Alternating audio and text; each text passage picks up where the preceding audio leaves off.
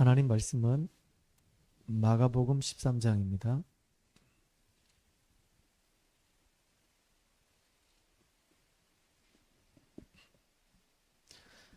마가복음 13장 1절에서 13절까지 말씀을 같이 했습니다. 예수께서 성전에서 나가실 때 제자 중 하나가 이르되 선생님이여 보소서 이 돌들이 어떠하며 이 건물들이 어떠하니까. 예수께서 이르시되 내가 이 큰 건물들을 보느냐. 돌 하나도 돌 위에 남지 않고 다 무너뜨려지리라 하시니라.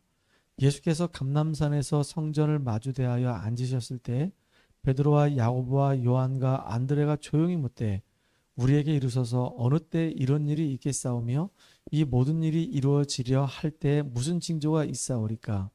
예수께서 이르시되 너희가 사람의 미혹을 받지 않도록 주의하라. 많은 사람이 내 이름으로 와서 이르되 내가 그러하여 많은 사람들을 미혹하리라. 난리와 난리의 소문을 들을 때 두려워하지 말라. 이런 일이 있어야 하되 아직 끝은 아니니라. 민족이 민족을 나라가 나라를 대적하여 일어나겠고 곳곳에 지진이 있으며 기근이 있으리니 이는 재난의 시작이니라. 너희는 스스로 조심하라. 사람들이 너희를 공회에 넘겨주겠고 너희를 회당에서 매질하겠으며 나로 말미암아 너희가 권력자들과 임금들 앞에 서리니 이는 그들에게 증거가 되려 함이라. 또 복음이 먼저 만국에 전파되어야 할 것이니라. 사람들이 너희를 끌어다가 넘겨줄 때 무슨 말을 할까 미리 염려하지 말고 무엇이든지 그때 너희에게 주시는 그 말을 하라. 말하는 이는 너희가 아니요 성령이시니라. 형제가 형제를 아버지가 자식을 죽는 데에 내주며 자식들이 부모를 대적하여 죽게 하리라. 또 너희가 내 이름으로 말미암아 모든 사람에게 미움을 받을 것이나 끝까지 견디는 자는 구원을 받으리라. 아멘. 무너지지 않는 교회라고 하는 제목으로 같이 말씀을 나누도록 하겠습니다. 예수님이 이 제자들이 그 헤롯 성전에서 나오면서 예수님한테 하는 이야기입니다. 예수님, 이 헤롯 성전 이것이 지금 46년 동안 지은 성전입니다. 아직도 완공이 안 됐는데 한번 보세요. 이 돌들이 이게 얼마나 아름답습니까? 이 건물이 정말로 얼마나 멋있습니까?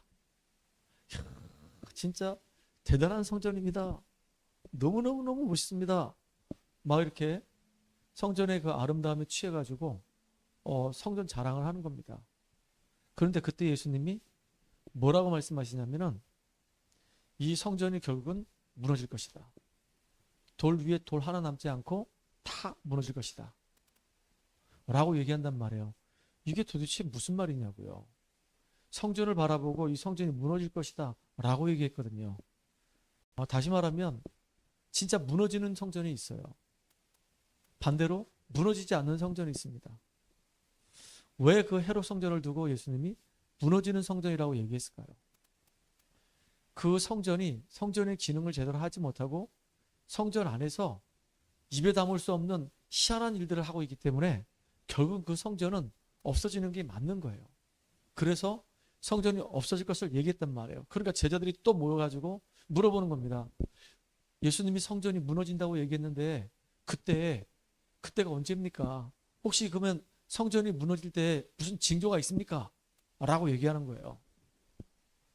그러니까 예수님이 얘기하는 겁니다. 나라와 나라가 서로 대적할 것이며 기근이 있을 것이며 부모가 자식이 부모를 고발할 것이며 이런 막 저주와 재앙이 막 임할 것이다. 근데 이게 끝이 아니고 재난의 시작이다 라고 얘기하는 거예요. 마태복음에 보게 되면 마태복음에는 또 이런 말씀이 있습니다. 온 천하의 복음이 증거된 후에라야 끝이 오리라 라고 이렇게 말씀도 하신단 말이에요. 이 천국 복음이 온 천하에 증거된 후에라야 끝이 온다 그랬어요. 자, 그러면 오늘 여러분들이 정말로 무너지는 성전과 무너지지 않는 성전이 어떤 것인지를 잘 확인하고 우리 교회가 정말로 올바르게 하나님 앞에서 응답받는 성전으로 온전히 쓰임받는 저와 여러분들이 바랍니다. 오전에도 우리가 성전 얘기를 잠깐 했거든요. 성막 얘기. 성막 얘기는 다른 말로 얘기하면 교회 성전을 얘기한다고 했잖아요. 오후에도 우리가 뭐 짜고 얘기한 거 아닌데 우리는 그냥 출애굽기 오전에 쭉 읽어나가고 있고 또 오후에는 또 우리가 마가복음을 쭉 읽어나가고 있는데 이상하게 오전에도 이제 성막 얘기 나오고 오후에도 지금 이제 성전 얘기 나온단 말이에요. 오전에는 이제 성막을 만들라 라고 얘기했다고 한다면은 오후에는요, 이 성전은 무너질 것이다 라고 얘기했단 말이에요. 그럼 우리 교회는 진짜 하나님 앞에서 가장 귀하고 가치 있게 쓰임받는 축복된 교회가 될 거 아니겠습니까?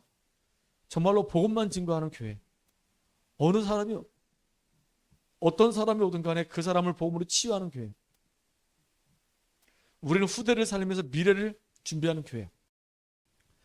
우리 성도들이 있는 현장에서 우리가 성경적인 전도운동을 하는 교회. 우리 성도들이 정말로 힘을 모아가지고 우리 교회는 정말로 많은 나라, 전도 정조까지 우리가 선교하는 교회로 온전히 쓰임받는 우리 교회 되기를 기도합니다.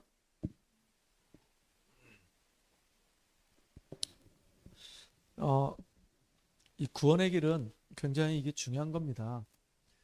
이 구원의 길을 날마다 나한테 적용을 하고요. 또 이 구원의 길을 내 것으로 만든 다음에 우리 삶 현장에서 하나님이 예비된 사람을 만난다고 한다면 그 사람에게 우리가 이 구원의 길을 하면 돼요. 내가 준비되면 하나님은 나에게 사람을 붙여줄 거란 말이에요.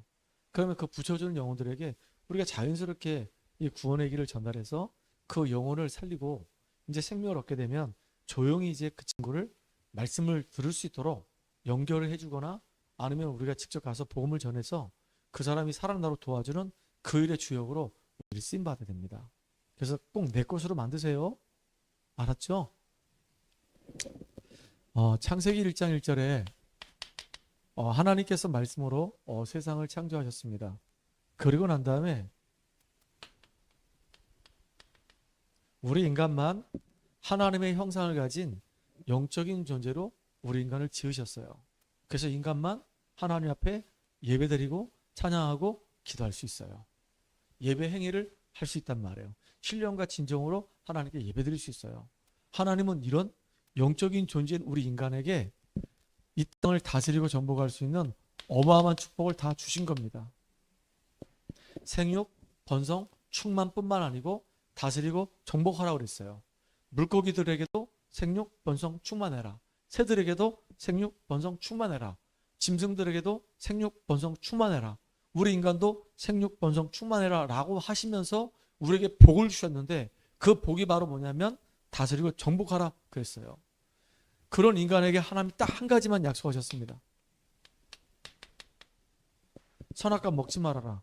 이거 먹는 날에는 정령 죽으리라. 왜 이 약속을 하나님이 우리에게 주셨을까요? 이 주신 이유는 하나님과 우리 사이의 관계의 언약이란 말이에요. 우리는 피조물이기 때문에 하나님 바라봐야 돼요. 그리고 그 안에서 우리가 은혜를 누리고 그 안에서 영적인 힘을 얻어야지만이 실제로 하나님 주신 그 지혜와 그 힘을 가지고 이 땅을 우리가 정복할 수 있단 말이에요. 이게 중요한 영적인 원리입니다. 그래서 하나님은 처음부터 우리에게 말씀을 주셨어요. 그 현장이 곧 예배 현장입니다. 그래서 그 말씀은 성취될 말씀이기 때문에 그 말씀을 붙잡으면 사는 것이고 말씀을 안 붙잡으면 결국은 아담과 하와처럼 실패하는 인생이 되는 거예요. 여러분들 그래서 정말로 언약을 딱 붙잡는 축복의 주역 되기 바랍니다. 우리 가슴 속에 여러분들 무슨 한이 있습니까? 여러분 속에 정말로 복음의 한이 있길 바랍니다. 여러분 가슴 속에 정말로 렘넌트, 미래를 바라면서 렘넌트의 한이 있길 바라요. 전도와 이 선교의 이 한이 있길 바랍니다. 하나님은 정말로 우리 안에 이런 한을 갖길 원해요. 그리고 우리는 많은 일을 할 거 없어요. 분명한 약속 붙잡고 록펠러처럼 끊임없이 기도하면 돼요. 그리고 진짜 진센돌풀처럼 그냥 기도하다가 내가 할 수 있는 작은 일을 했더니 그게요 영원한 응답으로 연결된 것처럼 우리는 하나님의 나라 이루는 그 일에 우리가 쓰임받으면 돼요. 이 성전은 정말로 피의 복음을 전하는 곳이 된단 말이에요. 우리는 광야의 여정을 가는 동안에 이 성전 안에서 우리가 은혜를 받으면서 오늘을 우리가 최고의 날로 복된 날로 만들면 되는 거예요. 한 번 사는 인생인데 진짜 우리 인생이 가장 가치 있는 인생을 살아야 될 거 아니겠어요. 진짜 인생 작품을 남길 만큼 우리 후대들에게 하나님 내게 응답 주시고 증거 주셨다라고 얘기할 만큼 정말로 우리의 인생 자체가 그런 의미 있는 인생이 되기를 간절히 원하는 거란 말이에요. 그래서 무엇을 놓고 우리가 기도해야 되겠습니까? 당연히 내 자신이 영적 성장을 놓고 기도해야 되겠고 우리 교회를 놓고 이 지역을 살릴 수 있는 응답들은 대표적인 교회로 우리 교회가 정말로 전도운동하고 선교운동하고 렘넌트 운동하는 교회로 성장하게 해달라고 거기에 내가 정말로 가장 가치 있게 헌신할 수 있는 사람 되게 해달라고 여러분 기도해야 되는 거예요. 이번 강단 말씀이란 말이에요. 그럼 그거 놓고 기도하는 거예요. 나는 무엇을 붙잡고 기도할 것인가? 나는 정말로 내 형편과 사정을 통해서 어느 만큼 나는 진짜 하나님 앞에 헌신할 마음이 있는가? 나는 미래에 대해서 어떤 꿈을 꾸고 있는가? 나는 지금 오늘을 축복의 날로 만드는데 뭘 준비하면서 난 인도받을 것인가? 우리가 조금씩 생각을 해보면요, 응답받을 것들이 우리 주변에 많아요. 한번 인도받아 보길 바랍니다. 그래서 하나님과의 관계가 굉장히 중요한 겁니다. 그 관계의 열쇠는 바로 뭐냐면 말씀이란 말이에요. 말씀. 하나님은 지금도 말씀으로 역사하시고 우리에게 말씀을 주신단 말이에요. 말씀이 곧 하나님이고 그 말씀은 성취될 말씀이고 또 그 말씀이 우리에게 큰 은혜와 힘이 된단 말이에요. 그런데 이 눈에 보이지 않는 이 사단에게 속아서 결국은 죄 가운데 빠지게 됐죠. 그래서 결국 우리 인간은 육체가 되었다고 했어요. 하나님을 떠나면서 모든 문제가 온 겁니다. 하나님과 함께 할 때는 아무런 문제가 없었단 말이에요. 하나님을 떠나면서 죄와 이 사단의 묶임으로 영이 죽은 상태가 됐어요.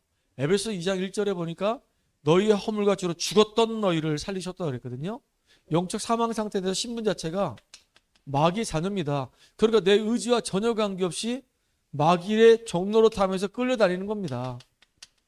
우상숭배 하고 싶지 않은데, 종교생활을 하고 싶지 않은데 영적 분별력이 전혀 없어요. 문제 사건 터지게 되면 나도 모르게 무속인 찾아가서 점을 치고요, 운명살주 팔자에 딱 묶여가지고 끌려다닌단 말이에요. 근데 많은 사람들이 끌려다니고 있는데 끌려다니고 있다는 사실을 몰라. 이게 제일 안타깝잖아요. 어느 날 이제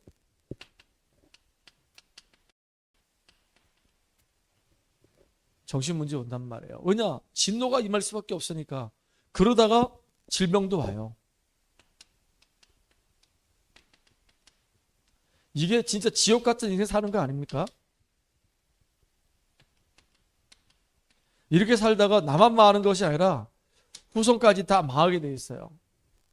이게 불신자들이 삶을 살아가는 이 삶의 방향이란 말이에요. 이게 아무리 내가 뭐 착하게 산다고 해가지고 이 죄 문제는 해결할 수가 없어요. 내가 아무리 뭐 종교 열심히 빌고 믿는다고 해도 종교 가지고는 이 사탄을 이길 수가 없단 말이에요. 내가 아무리 뭐 세상적인 지식을 많이 가지고 안다고 하더라도 우리가 가지고 있는 지식 가지고는요, 하나님 만날 수도 없고 이 육신의 이 한계를 뛰어넘을 수도 없단 말이에요. 그래서 하나님은 일방적으로 우리하고 의논도 안 하시고 우리를 구원할 구원자를 보내실 것을 말씀하셨어요. 구원자가 이 땅에 오셨는데 그분이 바로 예수님이란 말이에요. 맞죠?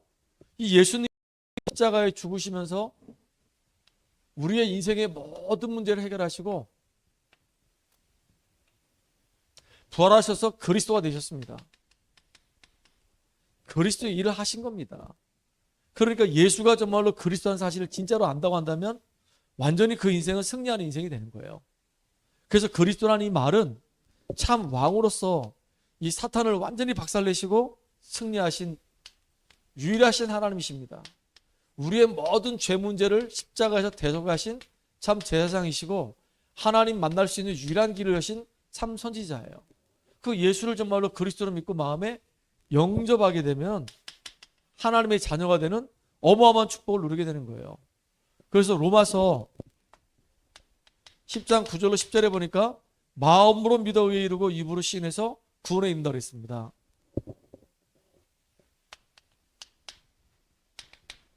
볼지어다 내가 문 밖에 서서 두드리노니 누군지 내 음성을 듣고 마음의 문을 열면은 내가 그애로 들어와서 그로 더불어 먹고 그런 나로 더불어 먹고 산다 그랬어요.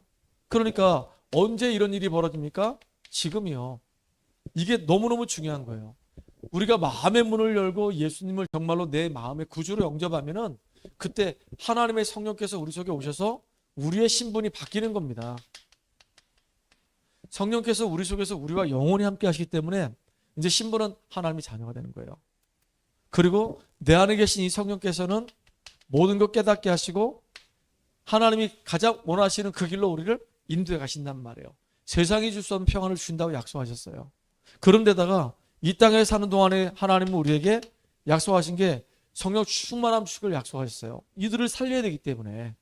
그러니까 우리가 기도하기만 하면 이 악한 흑암의 것에는 무너져요. 사단을 꺾을 수 있는 권세를 주셨기 때문에 권세를 사용하라고 그랬습니다. 오늘도 이 권세를 사용하면서 승리하는 저와 여러분 되기 바랍니다. 특별히 눈에 보이지 않아요. 천군 천사가 동원돼서 지금도 하나님 나라를 이루고 하나님 계획을 이루어간단 말이에요.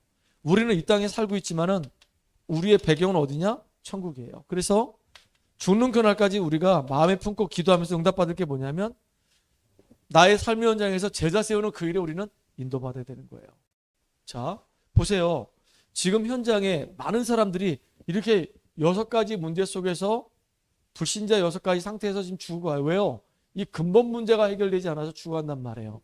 그럼 교회가 뭘 해야 되겠냐 이거예요. 하나님이 왜 이 땅에 그리스도를 보내주셨을까요? 구원의 역사를 이루게 하시려고 그리스도를 보내주신 거란 말이에요. 그럼 우리 교회는 진짜 복음만 말해주는 교회가 돼서 영적 문제 해결해서 그들이 그리스도 안에 있는 축복을 누리도록 만들어진단 말이에요.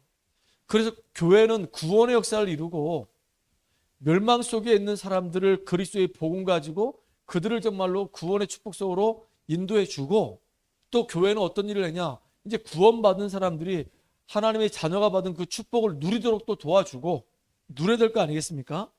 누리는 그 사람들이 또 뭘 해야 되냐, 이제는요 현장에서 빛을 발하고 이 일을 감당할 수 있는 제자를 키우는 그 일에 이 교회가 사명을 감당해야 되는 겁니다. 이 속에는 우리 후대도 있어요. 이 속에는 지역에 수도 없이 많은 사람들이 다 있습니다. 정말로 이 현장을 살려내는 중요한 우리가 되기 바랍니다. 자, 첫 번째입니다.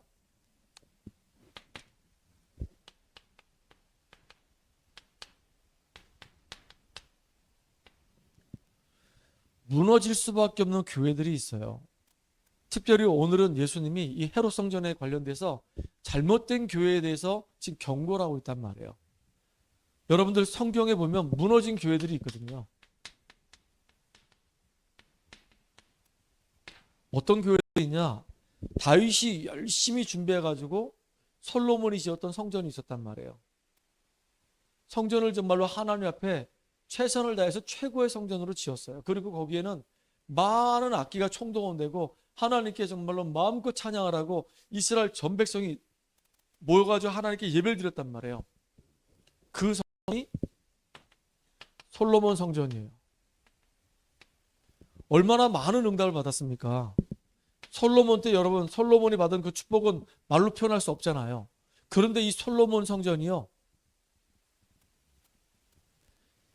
BC 587년경에 바벨론에 의해서 완전히 다 박살나버립니다. 참 너무너무 안타깝잖아요.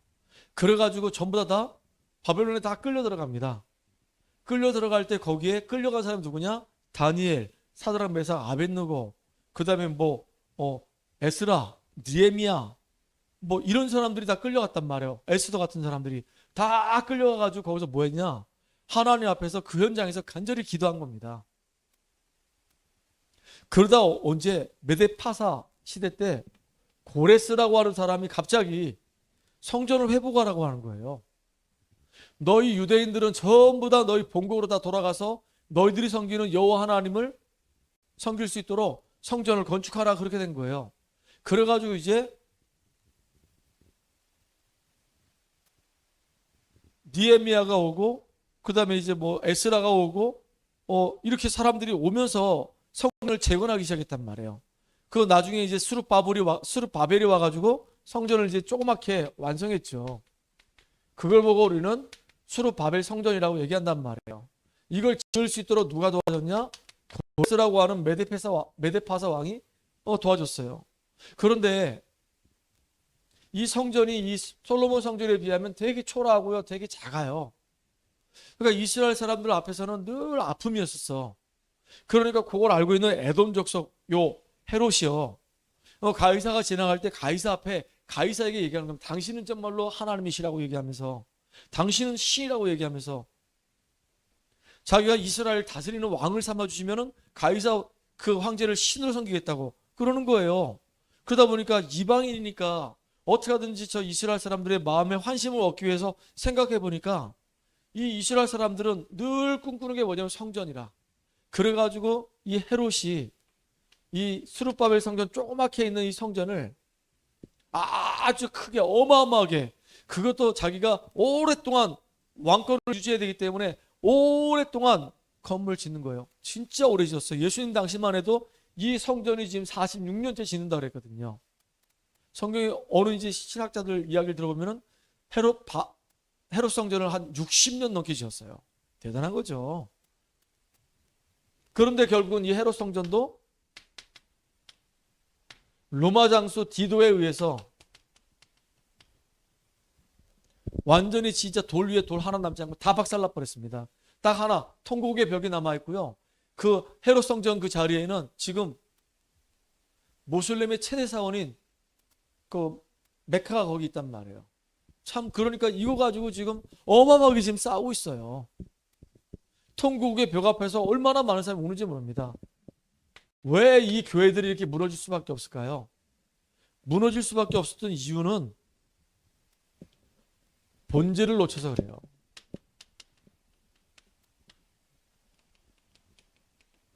예수님이 질문합니다. 가이사랴 빌립보에서 사람들이 도대체 나에 대해서 뭐라고 얘기하느냐라고 물어봐요. 뭐라고 얘기하죠? 세례 요한입니다. 엘리야입니다. 선지자 중에 한 명입니다. 맞아요. 예수님은 진짜 세례 요한처럼 불의를 보면 참을 수가 없어요. 그 잘못된 왕한테 가서 막 잘못된 부분을 따진 것처럼 예수님도 성전을 막 정화시키고 막 그랬단 말이에요. 여러분 지금 막 뉴스 같은 거 보게 되면 뭐 탄핵하고 지금 막 정신없잖아요. 불의를 보게 되면 사람들이 막 다 일어나게 돼 있거든요. 교회가 이런 역할을 하는 곳이냐? 아니란 말이에요. 그런데 교회들이 이런 역할을 하는 곳이 너무 많아요. 또 예레미야처럼 구제하고 봉사하는 교회, 뭐 나쁜 거 아니죠. 어려운 사람 도와주는 게 왜 나쁩니까? 국수 삶아주고 정말로 그들을 위해서 헌신하는 게 나쁜 건 아니죠. 근데 이거는 본질이 아니란 말이에요. 또 병든 자 치유해주고 막 신비한 능력을 행하는 거, 그 신비운동하는 거, 뭐 그런 요소가 없잖아 있죠. 근데 이게 본질이 아니란 말이에요. 근데 교회들이 이런 거 하면 하나님이 기뻐하지 않습니다. 그래서 진짜 이런 것들은요 결국은 무너져요. 무너져. 본질을 놓친 교회들은 다 놓쳐요. 그래서 하나님이 정말로 원하시는 것은 본질 회복입니다. 교회가 주는 그리스도시요 살아계신 하나님의 아들이십니다. 진짜 이 고백을 가지고 지금도 하나님의 아들 예수는 살아계시고 지금도 그분은 그리스도 일을 하시고 계시기 때문에 본질을 회복해야 돼요. 본질을 회복하게 되면 막바로 하나님이 주신 축복이 있어요. 이 믿음의 고백 위에 내가 내 교회를 세운다 그랬어요. 주님이 교회를 세우셔야지만이 그 교회는 탄탄하게 세워져 가는 교회가 되는 거예요. 음부의 권세가 널 이기지 못한다 그랬어요. 심지어는 천국 열쇠를 준다 그랬어요. 이게 본질을 회복한 교회가 앞으로 우리가 누려야 될 교회란 말이에요. 아, 진짜 이 교회는 우리가 복음운동만 제대로 하면 주님이 이 교회를 세워가시는구나. 우리가 복음운동 제대로 하면 이 지역의 모든 흑암과 어둠의 세력 무너지고 영적인 문제 사람이 전부 다 답을 얻고 돌아오는구나. 그걸 놓고 우리가 기도할 때 실제로 응답받는구나. 진짜 이거 우리가 응답받아야 될 거 아니겠어요? 하나님이 정말로 기뻐하시는 그 성전의 역할을 감당하는 우리 교회가 되길 바랍니다. 잘못된 교회는요 당연히 무너질 수밖에 없어요. 본질을 놓친 교회들은요 결국은 솔로몬 성전처럼 헤롯 성전처럼 다 박살나게 돼 있습니다. 근데 우리가 올바르게 정말로 복음운동 제대로 한다고 한다면은 하나님은 그 교회를 통해서 반드시 응답과 증거를 주신다는 얘기예요. 그렇죠? 그래서 이 본질을 회복해야지만이 되는 거예요. 그 교회의 사명이 있거든요. 교회의 사명이 뭘까요? 지금 우리 삶의 현장에는요 정말로 영적인 문제가 너무 많아.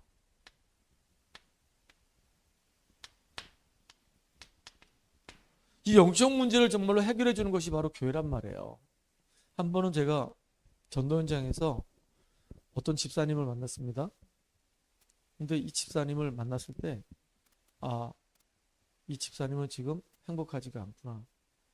집사님은 뭔지 모르지만은 굉장히 뭔가 힘들어하는 부분이 있구나. 얼굴도 그렇고 피부도 그렇고 눈빛도 그렇고 모든 것이 다 아파 보였어요. 되게 힘들어 보였어요. 그래서 내가 그 집사님하고 앉아가지고 잠깐 얘기를 나눈 겁니다. 근본적인 질문을 던졌어요. 집사님, 하나님 자녀가 맞습니까? 집사님, 우리는 왜 예수를 믿어야 되지요? 우리가 어떻게 구원을 받습니까?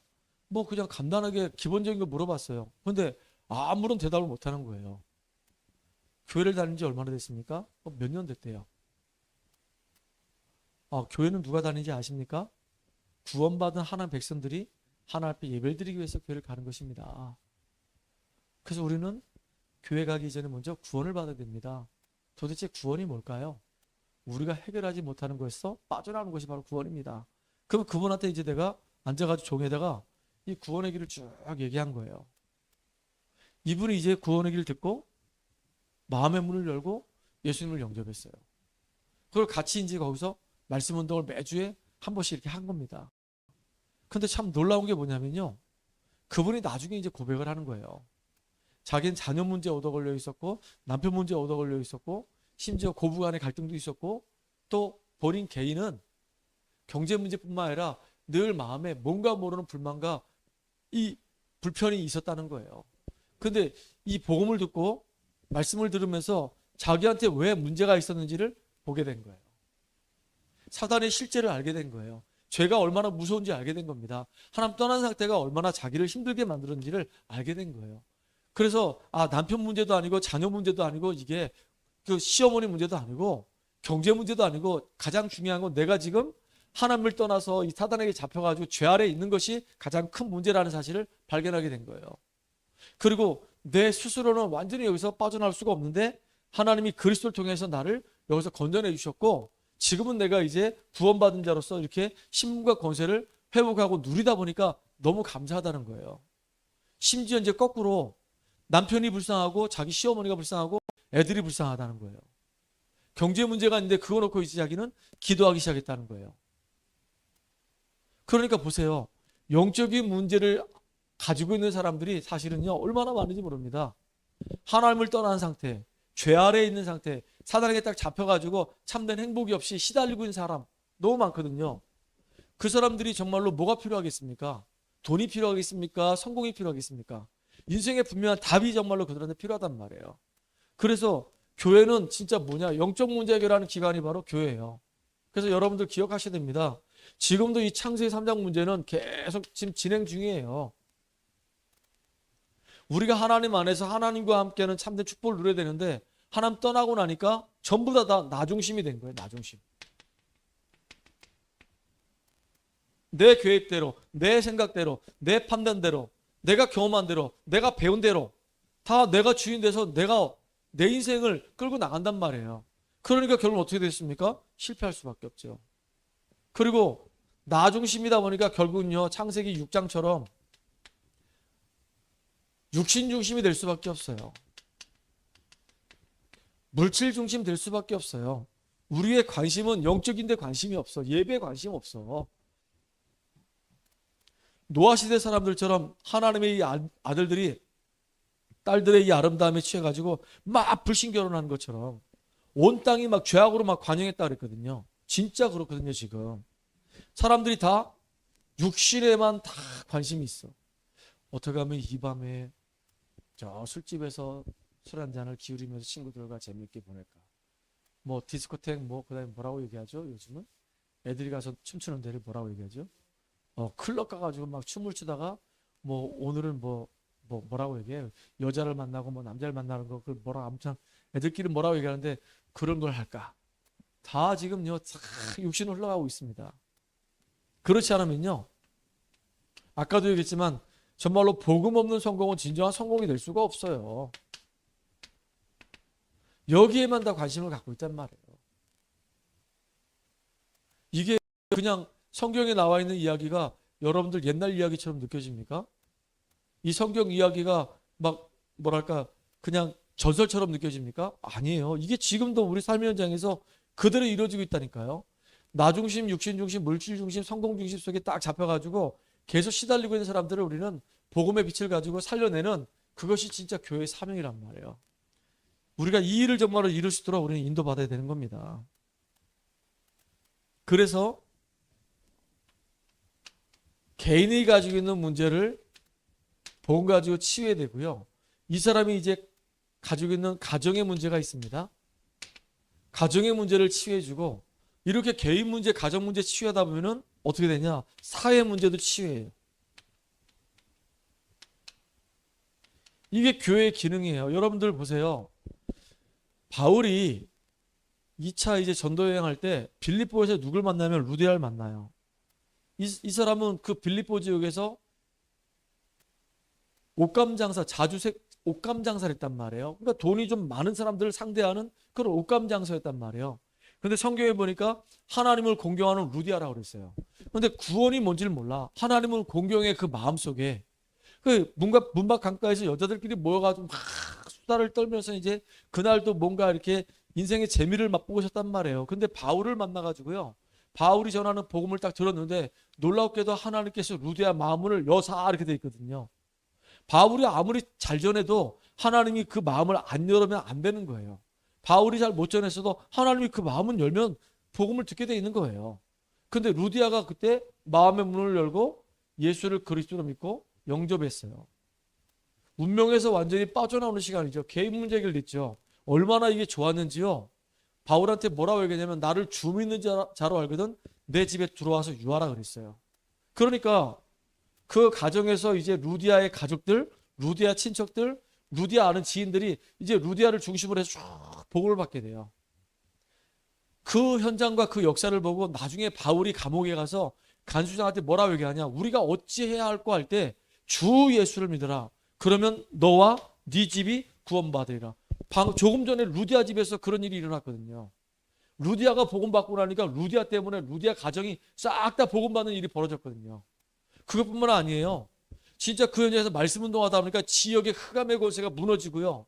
점을 치고 무속했던 여인이 돌아와서 사회 문제가 싹 해결됐어. 이 귀신 들린 여자에게 이익을 받았던 그 뒤에 있던 사람들이 이제 바울이 그 여인을 치유하고 나니까 열받아서 감옥에 집어넣었잖아요. 나중에 이제 애 맞고 나왔단 말이죠. 그리고 기도하면서 거기서 말씀 운동 계속하는데 완전히 그 지역의 흑암이 싹 무너지는 겁니다. 에베소서도 마찬가지입니다. 바울이 에베소 3차 전도여행 갔는데 완전히 아데미 신상을 만들어 놓고 온 땅이 다 우상 천지입니다. 그 두란노 서원에서 2년 동안 말씀 운동했는데 아시아에 사는 모든 사람이 다 복음을 들었어. 믿은 건 아니야. 복음을 다 듣는 일이 벌어진 겁니다. 그리고 막 우상에서 막 돌아오고 막 난리가 난 겁니다. 사회 문제 해결했어요. 진짜 교회가 이런 응답들을 우리가 누려야 되는 겁니다. 개인의 문제뿐만 아니라 가정의 문제와 이 사회 영적인 문제도 우리 교회의 책임이란 말이에요.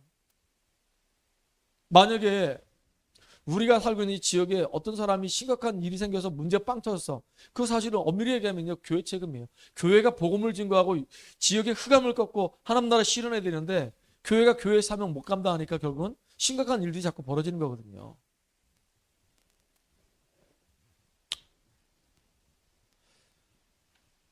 본질을 회복하게 되면은 문제라고 생각했던 것들이요. 전부 다 뭘로 바뀌냐? 축복으로 바뀐단 말이에요. 예수님 시대에는 헬라 문화가 그 시대를 장악했습니다. 이게 헬라 문화가 결국은 그리스도 문화 아닙니까? 알렉산더 대왕이 전 세계를 막 장악할 때 아닙니까? 그래서 헬라 문화를 보급을 했어요. 그래서 사실은 팔레스타인 지경에 있는 이스라엘 땅에도 헬라 문화가 보급돼서 헬라어를 다 썼단 말이에요.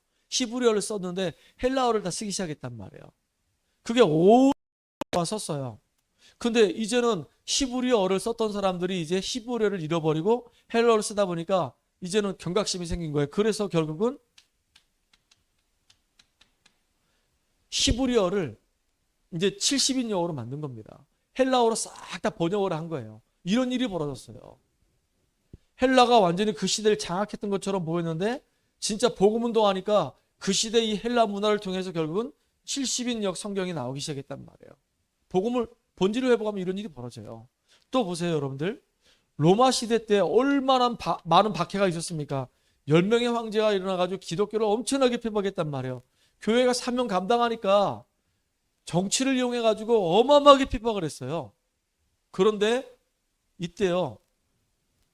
기독교가 로마의 국교로 선언됩니다. 참 희한한 일이 벌어지죠. 완전히 망했다 생각했는데 망한 게 아니라 국교로 선언되는 겁니다. 이게 여기서 끝나지 않죠.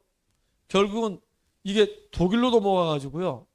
완전히 독일에서 이제 종교 개혁이 일어나요. 이게 영국으로 가가지고 전도 운동이 일어나요. 그 웨슬레 운동, 웨일즈 운동이 사실은 막 전도 운동이 막 활발하게 일어나거든요. 그러다가 이제 이 콜럼버스에 의해서 신대륙이 발견되니까 미국으로 넘어가면서 선교 운동이 일어납니다. 우리가 이렇게 복음만 제대로 회복하면요, 이런 일들이 막 우리에게 일어난단 말이에요. 복음을 회복할 때마다 이런 일이 막 벌어지는 겁니다. 이게 진짜 교회의 사명이란 말이에요. 자, 하나님이 세우신 이 교회는 절대로 무너지지 않아요. 어느 정도냐? 정치적인 핍박이 있어도 무너지지 않아요. 로마의 10명의 황제가 기독교를 얼마나 박했는지 모릅니다. 250년 동안 너무 어려움 당했어요. 그런데 결국은 어떻게 됐죠? 이제 기독교를 국교로 공인할 수밖에 없는 거예요. 저 지금 중국도 그렇고 러시아도 그렇고요. 지금은 공산권 안에서 이렇게 생활하는 것처럼 보여도 어느 날 이제 무너진단 말이에요. 소련이 무너지듯이 공산주의 소련이 완전히 붕괴됐잖아요. 결국은 공산이라는 그 사상은 나쁜 사상은 아니에요. 재산을 같이 공유하고 같이 잘 살자 그런 뜻인데, 그러니까 자율경제가 없어지는 거예요. 왜냐하면 일 안 해도 어차피 잘 버는 놈 거 뺏어서 먹으니까 사람들이 전부 다 게을러지고 나태해지는 거예요. 그러니까 자연적으로 무너질 수밖에 없는 거예요.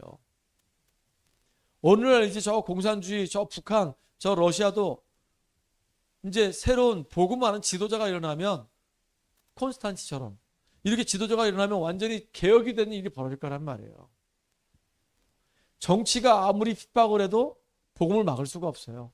심지어는요, 종교적인 핍박도 있었어요. 그 당시에 이 유대 종교가 얼마나 기독교를 박했는지요, 말로 표현할 수가 없습니다.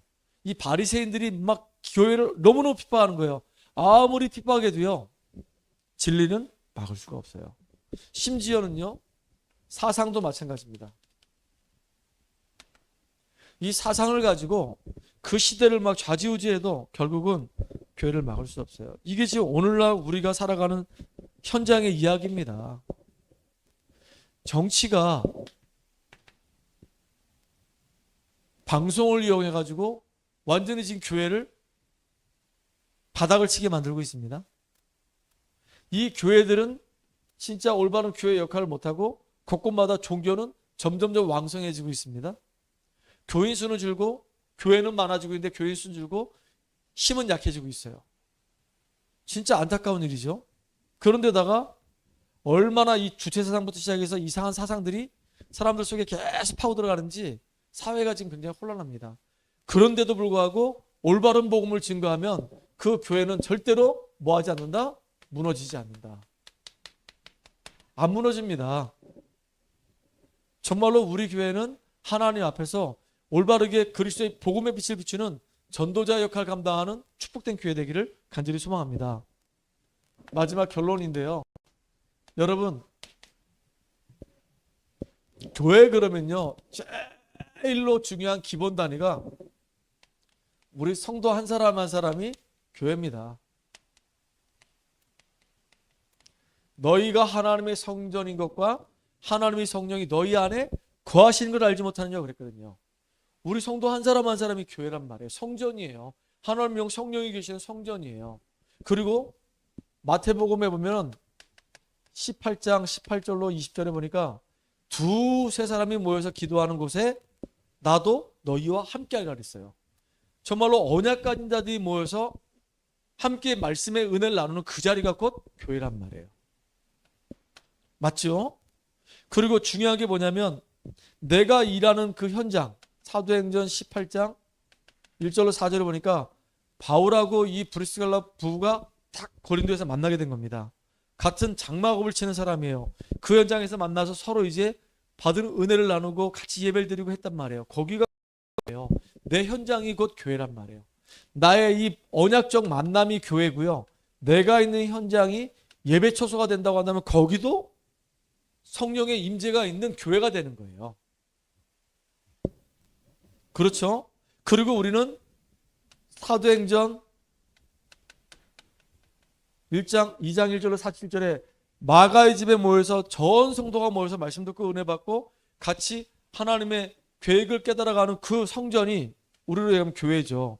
이게 또 교회가 되는 겁니다. 지상교회. 이게 교회예요. 그리고 앞으로 우리가 가야 될 저 본향이 예비되어 있단 말이에요. 하나님이 계시는 그곳, 천국이 교회가 되는 겁니다. 그래서 또 하나 더 얘기한다고 한다면 우리 사실은요 2025년도 표인데 빛을 증거하는 거기가 곧 교회가 되는 거예요. 빛이 임하는 그 자리가 바로 교회가 되는 거예요. 불신자들에게 복음 전하는 그 현장이 곧 하나님 나라가 임하는 현장이기 때문에 거기가 교회가 되는 거예요. 그 영혼이 불신자로 있다 마음의 문을 열고 예수를 영접하는 순간에 성전이 되잖아요. 그래서 우리는 택하신 족속이요 거룩한 나라요 소유된 백성이요 왕같은 제사장이요 이제 이 빛을 선전한 자로 이 빛을 증거하는 자로 하나님이 우리를 부르셨기 때문에 우리가 가는 모든 현장마다 빛을 비추게 되면 그 자리가 바로 교회가 된단 말이에요. 바울이 가는 곳마다 다 교회가 세워졌잖아요.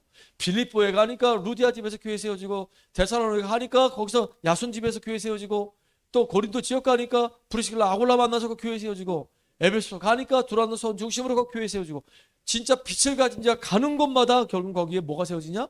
빛을 전해야 되기 때문에 교회가 세워진단 말이에요. 그러니까 우리 한 사람 한 사람이 이렇게 중요하다는 것을 여러분 놓치지 말고 승리하는 응답의 주역 되기 바랍니다. 너무너무 중요한 거예요. 무너지지 않는 교회, 하나님의 놀라운 계획을 이루는 교회, 본질을 회복해서 하나님의 생명의 역사를 이루는 이런 교회로 우리가 쓰임받기 바랍니다. 하나님 감사합니다. 우리가 성경을 통해서 본질을 놓쳐버린 무너진 교회들을 봅니다. 또 하나님은 지금 이 교회가 하나님이 세우신 이 교회가 본질을 회복해서 현장에서 생명을 살리고 죽어져 가는 영혼들을 치유하며 이제 참된 복음의 제자를 세워서 현장에서 하나님 나라 이루는 응답의 교회로 성장하길 원합니다. 우리가 정말로 이 응답의 축복을 누리는 교회를 세워나가는 주역들 다 되게 하여 주시옵소서.